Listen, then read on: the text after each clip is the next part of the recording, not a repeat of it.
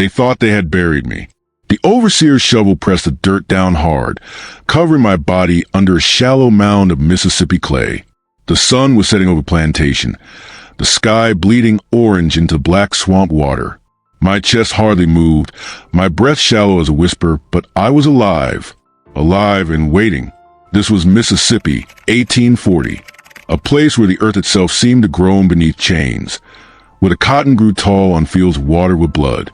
And here I was, Isaiah Carter, 13 years a slave, pretending to be dead. My master thought I had finally broken, but he had no idea. I was only beginning. Before we go deeper, I need to ask you something. Would you have the strength to rise from your own grave if it meant revenge? Think about it, because this story will test that answer. And before we finish, I promise you will see why my name, whispered through these fields, turned into something more than human, something that haunted every corner of this land. But first, you must know how I came to that shallow grave. The plantation was a world built on silence. Sunrise to sunset, the lash ruled, and the whip cracked louder than prayer. My back bore stripes that never healed. My hands bled from picking until my nails tore away. And every day I told myself, survive, just survive. But surviving was not enough.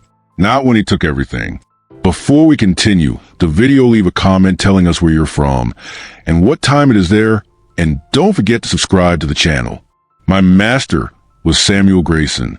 To the world, he was a man of wealth and fine manners, a gentleman of Mississippi. To us, he was a butcher. His cane was heavier than his whip, and his laughter followed screams like a shadow. I still hear it, late at night, the sound of joy in another man's pain. But nothing compared to the day he took my children, my newborn twins. He sold them, tiny bodies swaddled, carried off in a wagon, as if they were cattle, nothing more than coin for his gambling table and his whiskey glass. Their cries still ring in my head. That was the day my soul split in two. One part of me died, and the other part became vengeance. And vengeance is patient. That's why I learned to play the part of the broken man. I bowed deeper, spoke softer, looked smaller. I made them believe they had crushed me. But inside, my rage was alive, waiting for the moment I could turn it loose. The first chance came one summer, when sickness swept through the quarters. They said it was fever. Bodies burned with heat. Voices broke into delirious hymns. I watched. I listened. And I realized something. The masters feared death more than anything. Fear. It was the one whip I could hold in my hands. That was when the idea came to me. If I could not fight them in the daylight, I would break them in the dark. If I could not kill them as a man, I would haunt them as a ghost. And so, when the lash tore me down one final time, when Samuel Grayson left me half dead at the whipping post, I let them believe I was finished. They carried me out to the swamp's edge, dug a hole barely deep enough, and covered me in dirt. But as the last shovel struck, I opened my eyes in the dark, and I whispered a promise into soil above me. You buried the man, but you raised a ghost. The night after they buried me, the swamp stirred with secrets. I lay still beneath the shallow earth until the sound of their boots faded. When the cicadas sang and the moon rose high, I clawed my way out. My nails bled, my lungs burned, but I rose. I was not a man anymore. I was something else, something they had made with their cruelty. I dragged myself to the riverbank and washed the dirt from my face. In the reflection of the black water, I did not see Isaiah Carter the slave. I saw a shadow, pale with death, eyes hollow with rage. And in that reflection, I found my new name, Vengeance. But vengeance cannot roar on its first night. No, it must whisper. It must creep. The next morning, whispers began. The field hands who had seen me whipped and carried away now swore they had seen me walking at dawn, pale and silent, near the cane fields. Some crossed themselves, whispering prayers. Others stared wide-eyed at the earth, as if afraid it would split open again. The overseer laughed at them, but his laugh did not last long. That night his hounds, beasts that had once torn men to pieces, would not stop howling at the swamp. Their eyes tracked shadows that weren't there, their bodies trembling, tails tucked low. He cursed them, But I stood in the tree line, unseen, whispering low until their howls rose higher. Fear is a seed, and on that plantation, it sprouted quick. By the third night, I moved to the cabins of the enslaved, silent as smoke. They woke to find marks on their doors, lines drawn in ash, shapes they did not understand. They whisper my name as if I had become both curse and blessing. Some prayed for me to strike the master. Others prayed I would not bring more wrath upon them all. But the house, the master's house, was where fear needed to grow. So I began with his food. When the cook poured stew into bowls, she swore the broth turned black for a moment, though no ashes had touched it. When the maid fetched water from the well, she dropped the bucket screaming, claiming a pale hand had reached up from the depths. They laughed at her, but no one drank from that well again. Samuel Grayson called them fools. He said ghosts were for children, that death was the end.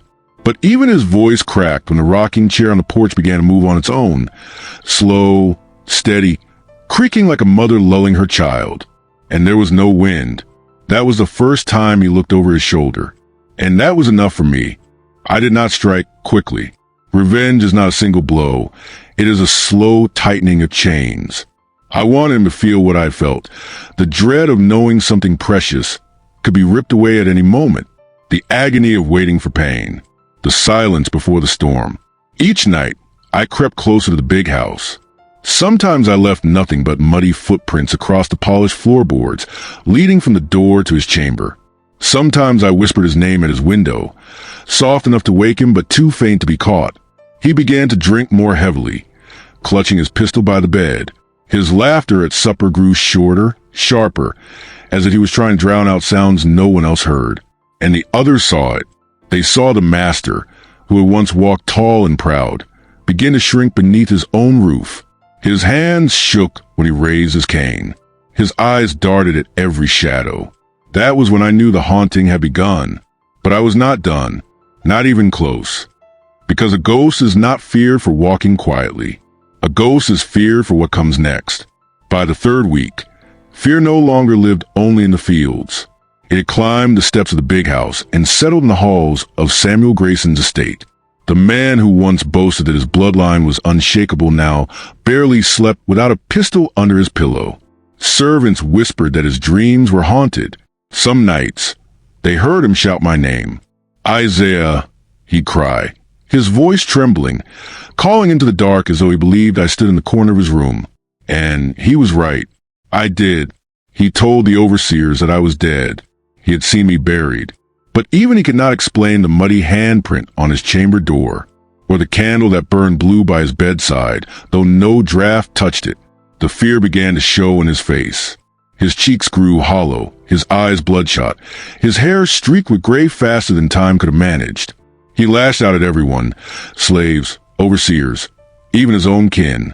He struck harder, shouted louder, but none of it drowned out the sound that followed him everywhere.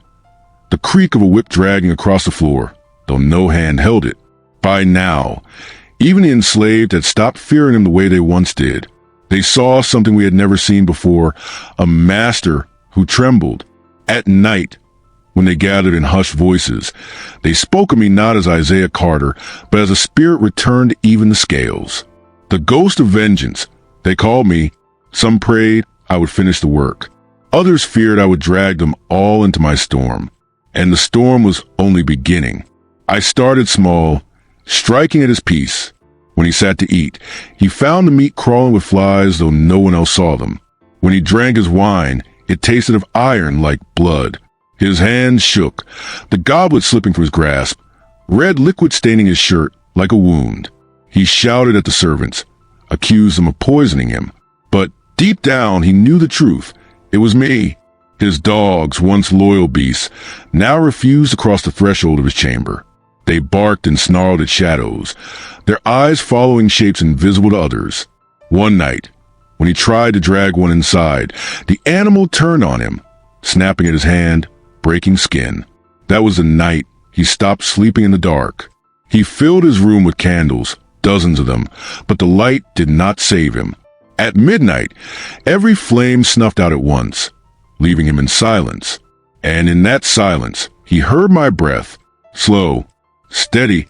Behind him. He spun, pistol raised, but there was nothing there, only the rocking chair, swaying gently, and the faint cry of an infant echoing through the walls. He knew that sound. He knew it was the sound of the twins he had sold. Their voices carried back from whatever fate he had damned them to. He pressed his hands to his ears, but the cries only grew louder, filling the house until even his kin woke in terror. From that night on, Samuel Grayson was no longer the master of his house. He was its prisoner. By day, he stumbled to the halls, muttering, eyes darting to shadows. By night, he drank himself into stupor, trying to outrun the cries of children and the creak of my chains dragging across the floor. He dismissed overseers, beat servants, locked himself away, but nothing stopped the haunting. And then came the night he admitted it aloud. Standing on the porch, clutching his pistol, sweat pouring down his face, he whispered to the overseer, "He's here. Isaiah Carter is here. He's come back." The overseer laughed at him, but his laugh was hollow, because even he had seen the rocking chair move with no wind.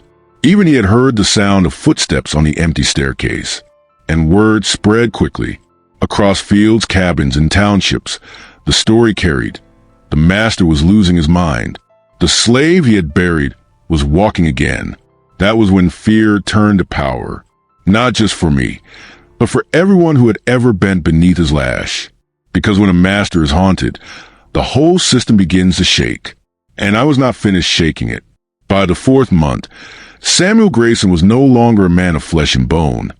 He was a hollow shell, a vessel eaten alive by fear. His plantation, once run with iron discipline, had become a crumbling house where whispers traveled faster than orders. The overseers were the first to notice the change. A man who once barked commands with confidence now stammered and shook when he spoke. His voice cracked, his orders came in fragments, and his eyes darted corners where no one stood. When he beat the slaves, his hand trembled so badly the whip cracked air more than skin. The men whispered among themselves, "The master is cursed." One morning, when the sun was still dragging itself over the horizon, Samuel stumbled out of the big house barefoot, his shirt untucked, his hair wild. He screamed at the fields, his voice carrying across the rows of cotton, "Bring him back. Bring Isaiah back to me." The slaves froze where they stood, their baskets half full, their hands clutching raw stems. Not one answered. The overseers shouted for them to move, but the moment lingered, heavy, unforgettable. For the first time in years, Samuel Grayson had begged, and word of it spread like wildfire. By nightfall, every cabin knew the master was cracking. That same evening, the kitchen maid whispered to others that she had seen him talking to empty chairs, that he carried a pistol in his hand. Even at supper, waving it wildly at shadows on the wall, his own kin began to distance themselves, embarrassed by his madness. Guests stopped visiting. Neighbors whispered that the Graysons had lost their power. And that was the point. That was my work. Because terror eats more than the body. It eats the mind. It rots the very walls of a house until no one believes it can stand. I visited him every night. Not with fire, not with blades, but with silence. The kind of silence that made the air so heavy he could not breathe. I left muddy footprints across the marble hallway, prints that led straight to his chamber door, and stopped. I dragged my chains across his floor, scraping iron on wood until his teeth chattered. Some nights, he locked himself in, but locks mean nothing to the dead. At midnight, his doors burst open without a hand to touch them. The wind rushed as though no window was open, and on the far wall, in the flickering candlelight, appeared the shadow of a man, tall, scarred, with the rope burns of hanging still around his neck. My shadow. He screamed until his throat tore raw, and still the house stood silent. By now, his own overseers had begun to fear the land. Some refused to walk the grounds at night. Others claimed to see a figure pacing the fields, dragging chains to the cotton rows. One swore he heard a man singing an ode in the darkness, though no voice was near him. Slowly, the overseers abandoned the night patrols altogether. The fields were no longer theirs to control. For the enslaved, it was the first taste of freedom. Children played outside the cabins after dark without the fear of the lash. Families prayed aloud without being silenced. They spoke my name not with dread, but with reverence. Isaiah Carter, they said, had become more than a man. He had become a reckoning. But Samuel, he drowned deeper every night. The wine jugs emptied faster. His hair went white. His hands shook uncontrollably, and the lines of his face carved so deep it was as if time itself had aged him 20 years and half a season. His family pleaded for him to leave the estate, to recover somewhere far from the land that had turned against him. But he refused. "This is my house," he spat. "This is my land. He will not take it from me." But he was wrong. I already had. The day he dragged his pistol into church was the day his kingdom truly cracked. The congregation froze as he burst in, muttering, his coat stained with wine, his eyes wide with madness. He spun in the aisle, pointing the pistol at shadows no one else could see. He shouted to the preacher that Isaiah stood behind the pulpit, mocking him. He fired once, shattering the wood, sending splinters into the stunned faces of his neighbors. Mothers screamed. Fathers pulled their families away. The preacher fell to ground, clutching the Bible as Samuel raged at ghosts. By the end of that Sunday, no one doubted it. The Grayson name was cursed. The plantation was broken. And Samuel himself was no longer master of anything. Not his house, not his slaves, not even his own mind. And yet, I was not finished with him. By winter, Samuel Grayson's madness no longer whispered. It roared. What began as sleepless nights and trembling hands had grown into something darker, something dangerous not only to the enslaved but to his own blood. He carried his pistol everywhere, to the fields, to the supper table, even to bed. The man who once dined with silver spoons now clutched iron like a lifeline, pointing it at anyone who startled him. More than once, he raised at his overseers for speaking too loudly, swearing they were conspiring with Isaiah's ghost. The walls of his house were closing in. He tore down curtains, smashed mirrors, burned furniture, claiming that spirits lived inside them. Every shadow was an enemy. Every sound was a warning. He shouted at his children for inviting the ghost in when they left the door ajar. He struck his wife across the face when she begged him to put the gun away. The overseers tried to reason with him, but reasoning with a haunted man is like reasoning with the wind. He fired one of them on the spot for refusing to patrol the fields at night. Another he beat with the butt of his pistol until his head bled, screaming that the man had Isaiah's chains as eyes. And still, the haunting did not stop. The rocking chair in his study swayed when no wind touched it. Muddy footprints reappeared on the stairs no matter how many times the servants scrubbed. At night, children woke crying, saying they saw a tall figure standing in their room, watching them with hollow eyes. His own blood turned against him. His wife and children slept locked in another wing of the house, terrified of the man who once ruled them. The house had become a prison, and Samuel Grayson was both its warden and its captive. One night, when the frost clung thick to the windows, he stormed into the quarters with his pistol drawn. The enslaved had been huddled in silence, whispering prayers, when the door burst open. He accused them of conjuring me, of feeding the ghosts with their hymns. His eyes were wild, his hair unkempt, his hands shaking so badly the gun waved from face to face. "You think he's your savior?" he bellowed, spittle flying from his mouth. "You think Isaiah has come back for you?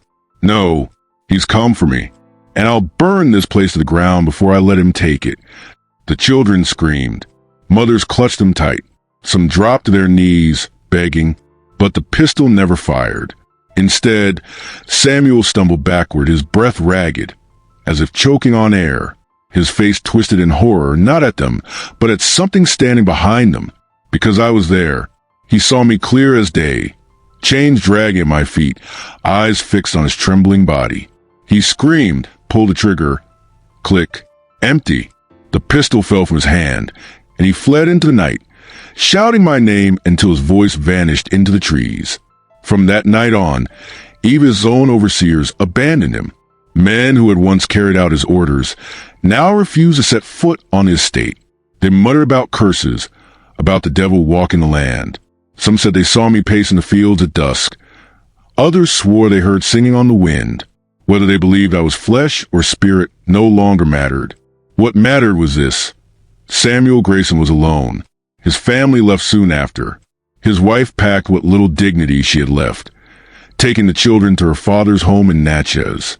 She did not look back. She did not speak his name again. Samuel Grayson remained in the big house, surrounded by shadows and silence, drinking himself into stupors, muttering to ghosts that answered only in his mind. The plantation that once pulsed with wealth and cruelty now lay still, its fields untended, its cabins quiet. The slaves watched from a distance as the empire that had bound them for years collapsed under the weight of one man's terror. And I had not lifted a single blade. But soon, I would. The Grayson estate was a corpse by the time February came. Its fields lay untended, its overseers gone, its mistress vanished into Natchez. Only the master remained, pacing the rotting bones of his empire. Samuel Grayson was not a man anymore. He was a specter of his own making. His clothes hung loose, his face gaunt, his eyes sunken deep in the shadows that no candle could chase away. He spoke to no one but the ghosts that followed him from room to room. He drank until his speech slurred, but even in his stupor, he clutched his pistol like a child clings to a toy. Every night, his house groaned with the weight of silence. Every night, he heard me. The chains dragged across the floorboards. The rocking chair creaked by the fire. The infant cries rose from the rafters, soft at first, then sharp as screams. His servants, those who had not fled, shivered in their quarters, whispering that the master was cursed. They swore they saw me in the fields, walking tall, watching the house, waiting, and Samuel saw me everywhere. One night, just after midnight, the storm broke. He staggered into his study, drunk and trembling, muttering curses under his breath. The room reeked of spilled wine and candle smoke. His pistol lay on the desk, but his hands shook too much to load it. He poured himself another glass, raised it to his lips, and froze. Because in the reflection of the glass, he saw me, a tall figure, scarred and silent, standing behind him in the mirror. The goblet slipped from his hand, shattering on the floor. He spun wild-eyed, pistol in hand, shouting my name, "Isaiah, show yourself." The room went still. The fire popped in the hearth, casting long shadows against the walls. The rocking chair moved, swaying slow and steady. And in that moment, he knew he was no longer alone. "Why?" he screamed, his voice cracking. "Why won't you leave me? I buried you. I buried you myself."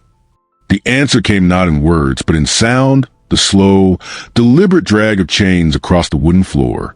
His breath hitched. He fired into the dark. Once, twice, 3 times. The smoke filled the study, the shots echoing like thunder. But when the haze cleared, there was no body, no blood, only silence. And then footsteps. They came from the hall, heavy, steady, each one closer than the last. Samuel backed into the corner, pistol trembling in his hand. His chest heaved, his face pale with terror. The door slammed shut. He was trapped. "Isaiah," he whispered, his voice no longer angry but pleading. "What do you want from me?" The candles flickered, then died, plunging the room into darkness. Only the fire glowed, its light painting the walls in red. And there I stood, in the doorway, chains at my feet, scars across my back, eyes locked on his. He saw me. Whether as flesh or ghost, I will never say. What mattered was that he believed. He dropped the pistol. His knees buckled. Tears streamed down his face as he clawed at the air. "Please don't take me," he begged. "I'll give it all back. I'll free them. But mercy had no place here. For 13 years, he had stolen children from their mothers. For 13 years, he had carved his cruelty into my skin and theirs. Now it was time for his debt to be paid. I stepped closer, my chains rattling with each movement. The firelight danced across the blade I carried.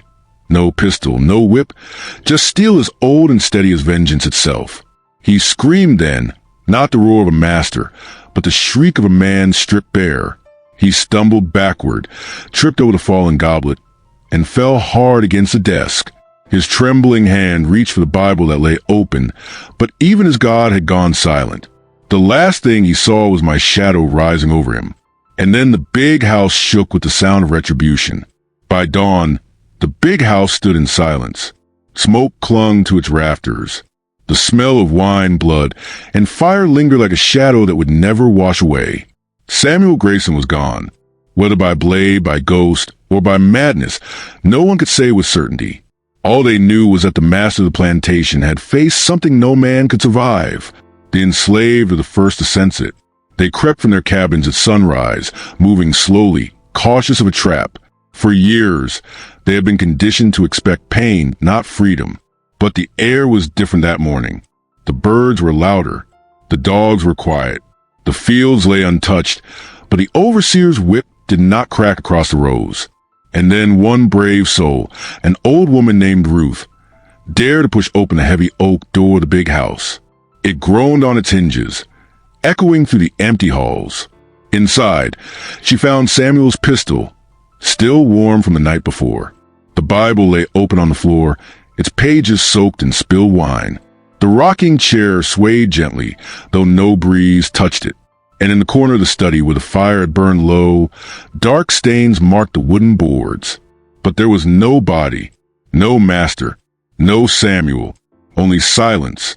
Word spread quickly through the quarters. The master is gone. The ghost has taken him. Some whispered Isaiah's name with reverence, as if speaking of a prophet. Others crossed themselves, murmuring prayers of thanks. Fear gave way to something they had not felt in years. Hope. But in Natchez, the story spread differently. Neighbors came to see the Grayson plantation, shocked by the ruin of a man once feared across the county. They asked the servants what had happened, but the servants would not speak. Their eyes told enough. Some swore they saw shadows moving in the windows. Long after the house had emptied, rumors blossomed like wildfire. Some said Samuel had shot himself in madness, his body dragged to hell by the ghost of the boy he buried. Others swore they heard singing from the swamps. Isaiah's voice carried on the wind, mourning the dead and warning the living. The legend grew stronger with every retelling. The ghost of vengeance, they called it, a spirit too angry to rest, too scarred to forgive. They said Isaiah walked the halls at night, dragging his chains across the floorboards, waiting for anyone cruel enough to take the master's place. And for the enslaved still trapped in other plantations nearby, the story became a weapon. Around fires at night, they whispered, "If the whip cracks too hard, Isaiah will come. If they sell our children, Isaiah will return." The master's cruelty had died with him, but Isaiah's vengeance lived on in the hearts of the living. Even the white men felt it. Plantation owners in Mississippi began locking their doors tighter, keeping pistols under pillows. Some stopped drinking for fear they would see ghosts in their cups. A few sold their land and fled north, muttering that the South was cursed, that the ground itself rejected their cruelty. But at the Grayson estate, the curse took root. The house never thrived again. Fields rotted, crops failed, the walls blackened with mold. Some said it was the soil drained of life. Others swore it was Isaiah, making sure no master would profit from that ground again. The enslaved were eventually sold off to other lands, scattered like seeds on the wind. Yet, wherever they went, they carried the story. They told their children, and their children told theirs. Not of Samuel Grayson. The name of the master faded into dust, but of Isaiah, the boy who was chained, the man who was buried, the ghost who rose. And though no one could say what truly happened that night in the big house, everyone agreed on one thing. Vengeance had walked the earth, and it had worn Isaiah's face. The years that followed did not erase what happened at the Grayson plantation. If anything, the story grew, twisting itself into something larger than life. Isaiah was no longer just a man. He was no longer even a ghost. He became a warning, a promise, a whisper that passed from plantation to plantation, carried by those who survived. Children in the quarters learned his name before they learned to speak. Mothers told them, "Behave, child, or the master will come." But remember, Isaiah will come too. His name was their comfort, their shield against despair. When whips cracked across fields, someone always muttered, "Be still. The ghost of vengeance is listening." And in the towns, white men spoke his name with fear. They laughed nervously at supper tables, mocking the slaves' ghost stories. But in the quiet of the night, when shutters rattled and dogs barked at shadows. Their laughter dried in their throats. They locked doors that once stayed open. They slept with lamps burning low. For the enslaved, Isaiah was more than a tale of revenge. He was proof that masters could bleed, that cruelty could end, that justice could rise even from the grave. They said Isaiah's chain still dragged across the floorboards of abandoned houses, that his shadow crossed moonlit fields, that his whisper curled through the cypress trees at night. Some swore they saw him. An overseer in Natchez claimed he glimpsed a tall, scarred figure on the edge of his fields, watching, waiting. He dropped his whip that day and never used it again. A mistress in Georgia fainted when she swore she saw a man's reflection in her wash basin. Chains wrapped around his shoulders. And for every story, the legend grew. Isaiah became the South's quiet rebellion. Not with fire, not with armies, but with fear. Masters knew that any act of cruelty, any betrayal, might bring him back. If a child was sold, if a woman was beaten, if a man was worked to death, somewhere, somehow, Isaiah would return. He became the conscience they could not kill. But among the enslaved, the legend carried something even stronger. Hope. Fathers told their sons, "One day, Isaiah will walk with us again." Women whispered to daughters, "He sees us. He remembers." And in the dark, when families sang low hymns to drown out their pain, they wove his name into the songs. His story became their hymn of survival. Years passed. Decades turned. Plantations changed hands. Wars loomed on the horizon. But the name lived on. Isaiah's ghost haunted not just one family, not just one estate, but the entire South. He became part of its soil, its swamps, its rivers. His vengeance became the heartbeat of a people who had nothing but chains, and the belief that chains could break. And what of Samuel Grayson? His name vanished. His bloodline scattered. His wealth rotted with the house he built. No monument was raised for him, no plaque carved. He was swallowed whole by the legend of the man he tried to bury. The story no longer belonged to Samuel. It no longer even belonged to Isaiah alone. It belonged to the people, to the mothers who lost their children, to the men beaten until their bones cracked, to the daughters sold to strangers. It belonged to anyone who had ever been chained. Isaiah was their ghost, their vengeance, their justice. And still on stormy nights, when thunder rolls across the Mississippi Delta, old voices say you can hear it, the dragging of chains across the fields, the echo of footsteps that will never stop walking. Isaiah, the slave who would not stay buried. Isaiah, the ghost who would not forgive. Isaiah, the name whispered in both fear and faith. The storm outside had not eased. Rain battered the roof. Wind howled through the plantation, and thunder rolled like a war drum across Mississippi. Inside the grand house, Samuel Grayson clutched his pistol with trembling hands. His once proud frame was hunched now, his face pale and drenched in sweat. The master who once commanded dozens with a shout was reduced to a man cornered by shadows. But Isaiah was no shadow. He was real. Step by step, the enslaved man who had been buried alive now stood in the doorway. His clothes were torn, caked in mud from the grave. His face, half lit by the flickering candles, looked like something caught between life and death. His eyes burned with fury, unblinking, focused solely on a man who had once owned him. Samuel raised a pistol, his hand shaking.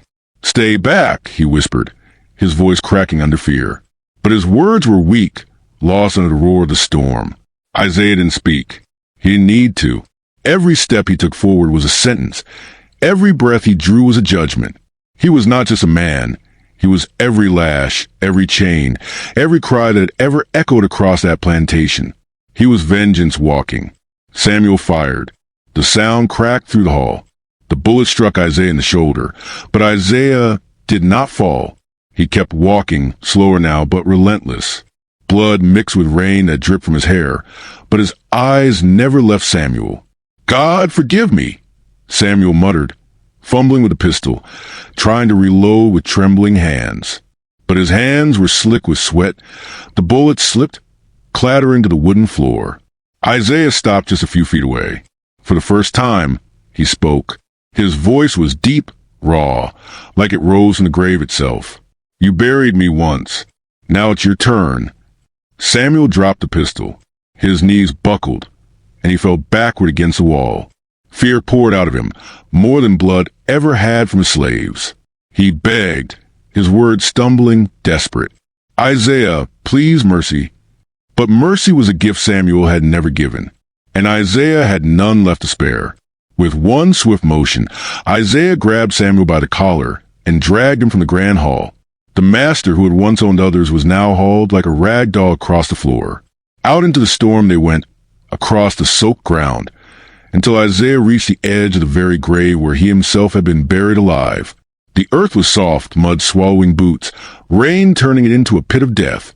Isaiah threw Samuel down into it. The master's cries drowned by thunder.